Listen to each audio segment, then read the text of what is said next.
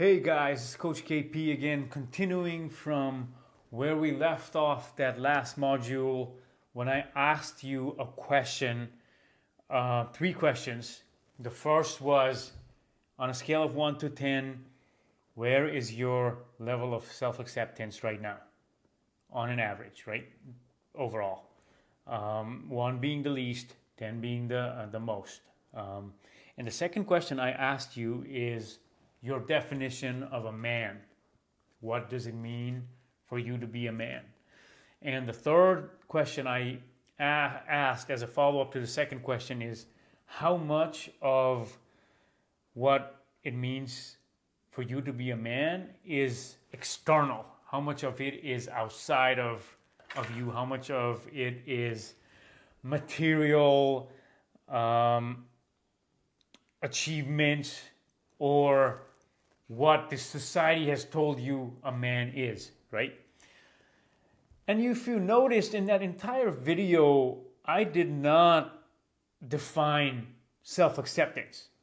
And there's a reason for that. I wanted you to think about that. In this module, right now, I will define what self-acceptance is for me. So self-acceptance is the process of accepting and treating ourselves as a person of absolute self-worth. Okay, so let me say that one more time. Self-acceptance is the process of accepting and treating ourselves as a person of absolute self-worth. Okay, so two things I want to emphasize here. I said it's a process because generally, especially for men in this world right now where it's becoming really hard to own your masculine core, for you to accept yourself with all of what's in the territory of being a man is a process. And if it was not a process and a state, then you probably wouldn't be here watching this video, and I probably wouldn't be here sharing this, because I had to go through that journey of coming to a point of absolute self-acceptance. And notice I said absolute self-acceptance. Absolute in a sense that whether you have the money, whether you have the cars, whether you have success as defined by this world, or yourself for that matter, regardless of what extrinsic we have or we don't have, regardless of that, we learn to accept ourselves for who we are. So self-acceptance is really an ongoing process. An ongoing process because life is dynamic. And if we are in a state of absolute self-acceptance today, doesn't mean we may be there tomorrow. So it's just, and then it gets easier. The life journey into being in that state of self-acceptance gets easier as we go along, but it's a constant reminder, right? It's almost like an ocean. It ebbs and flows, and you remind yourself where your level of self-acceptance is in the on that scale of 1 to 10 that we just talked about. That's going to be, I want that to be your blueprint of a makeup in the makeup of who you are. I want you to start incorporating that question on a scale of 1 to 10. Where am I right now in accepting myself? What that's going to help you with is it's going to allow you to check yourself before you wreck yourself. Before you get into this cycle of beating yourself up because you are not adding up to some virtual standard that somebody created. Okay, virtual standard that somebody created, because the standard is completely volatile and it changes all the time, sometimes, and it's very dependent on what situation you are in, even though the only constant is the life energy that we have. Everything else changes. So does the definition of self-acceptance. So does the scenarios where we may be anywhere between 1 to 10 as we are walking this journey. So it's very important for me to remind you that this needs to be a part of our journey. This kind of an awareness, not necessarily an assessment. Again, that becomes a judgmental thing, right? Oh, I'm not 10 today. I was a 9 yesterday, and I feel like a 7 today. That's not what this is. This reminder is more of an awareness rather than a judgment of what you are feeling at that state. Because once you are able to be a 10 and continue being in that space, you really may not even need the scale. But I want you, until you get to this point where you say you're absolutely self-accepting of yourself, use the scale. It's a tool. It's a tool I'm giving you. And we will be talking about 2 different scenarios today. As I expand on this video, I'm going to use my book, An Incomplete Guide to Self-Acceptance, to elaborate and take you onto this these 2 meditative journeys, guided meditations you can call it, for you to really understand what I'm talking about, okay? So what we've done so far is I have defined self-acceptance for you. And I want to also, before we go into these scenarios, into radical self-acceptance scenarios, what I'm going to talk to you about is, you must have heard, whether it's in a relationship, whether it's a woman that's telling you this or the world that's telling you this, but you may have heard sometimes that you are being defensive, right? Have you heard that? I want you to take a second to remember if anyone's ever said to you that you're being defensive right now. If you've heard that, and God knows I'd heard that so many times in my life, so many times, and as I reflect back, I can now say that during those times when, not every single one of those instances, because sometimes people are just crazy and they'll tell you whatever they feel like telling. So most of the time when I've been, especially in relationship situations where my woman's telling me I'm being defensive, what they're picking up on is the fact that we do not own our core essence. Okay, so whatever we are in our core essence, even though they think we're being defensive, what's really going on underneath is that we're not owning our core essence. And what that's going to do is it's totally going to make us build a wall in front of our weaknesses. So let's say, example, let's say you're a great driver. Or let's say you've been driving badly that day, and your woman says you really need to slow down, or you need to stop honking, or you need to stop driving aggressively, or any number of things in that circumstances.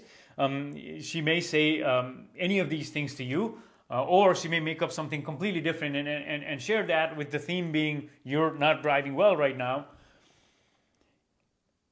Instead of making light of it and saying, all right, honey, I'll drive however you want me to. You want me to give you the steering wheel? Right? Joking about it, or kind of, being amused by the fact that she's paying attention to your driving and, playing along. You may react in a visceral way where you may retaliate, right? And tell her that she's the bad driver, or you're a great driver, and she's always nagging, and all of those things, right? So now, all of a sudden, you're very much taken away from your present moment reality, your essence, and now you're into this argument. I want you to reflect on so many other types of these scenarios that's happened in a relationship with you, where instead of making love, so to speak, energetically or physically, you guys ended up being in a situation where you started arguing with your woman. And, one of the worst things we can do is to argue with our women, because that's just brings in bad blood in a relationship. And it just weakens our core. When we start arguing with someone, we're giving them our power. And it's not to say that we have to suppress our feelings and go with whatever they're saying all the time, even when they're being ruthless or insensible or you're not resonating with the message that they're sending. I'm not saying that. But what I am saying is when we start to argue versus express ourselves, our truth in that moment, being present with her, not making her feel like crap, because it's easy enough to do. We all do it, right? Again, I keep bumping into my desk here. Sorry about that. So again, instead of going into that state of argument where you are giving away your core, your power to the argument, and at that point, easily, whoever is the best arguer is going to win that argument, and the lingering feeling on either one or both sides would be of resentment, right? So I want you to reflect on this. I'm sure people that are watching my video right now in the context of this course have been in relationship. You guys know probably more than I do what that felt like at that moment, right? So I want you to reflect on that as I'm talking about this.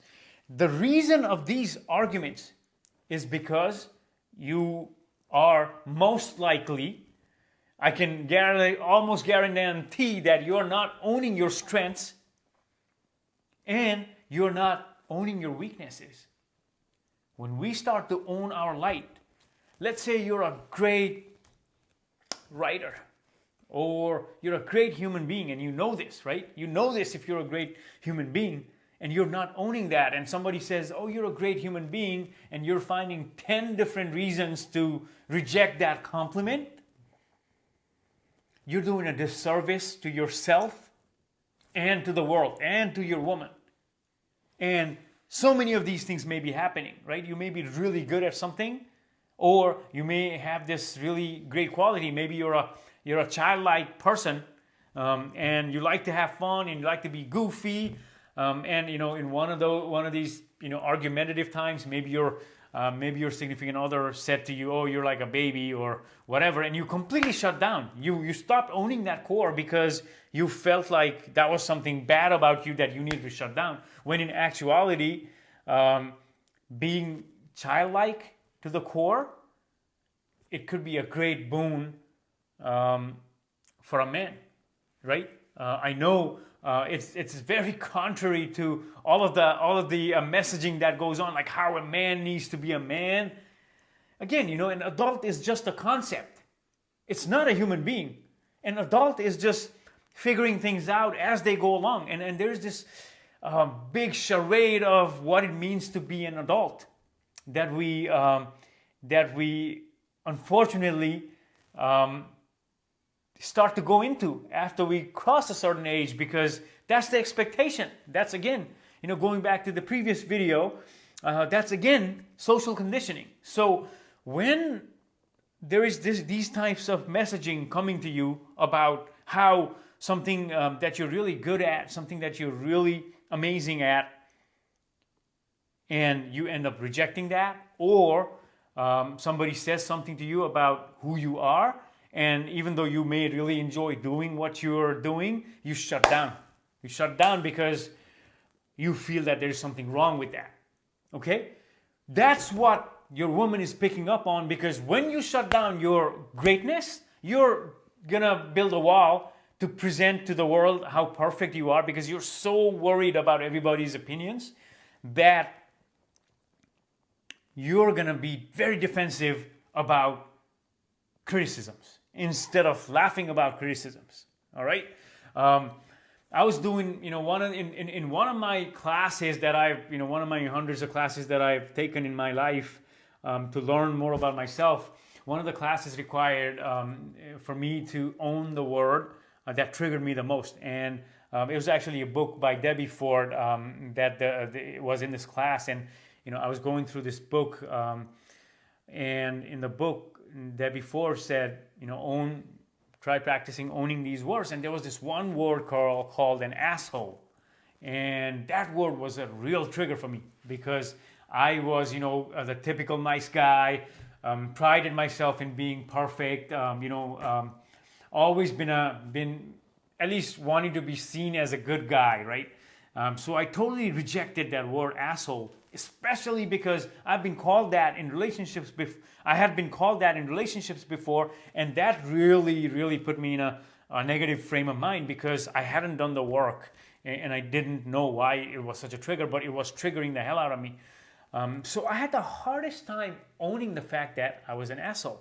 So when I look back in my life, I said, has there been times when I have been an asshole to people?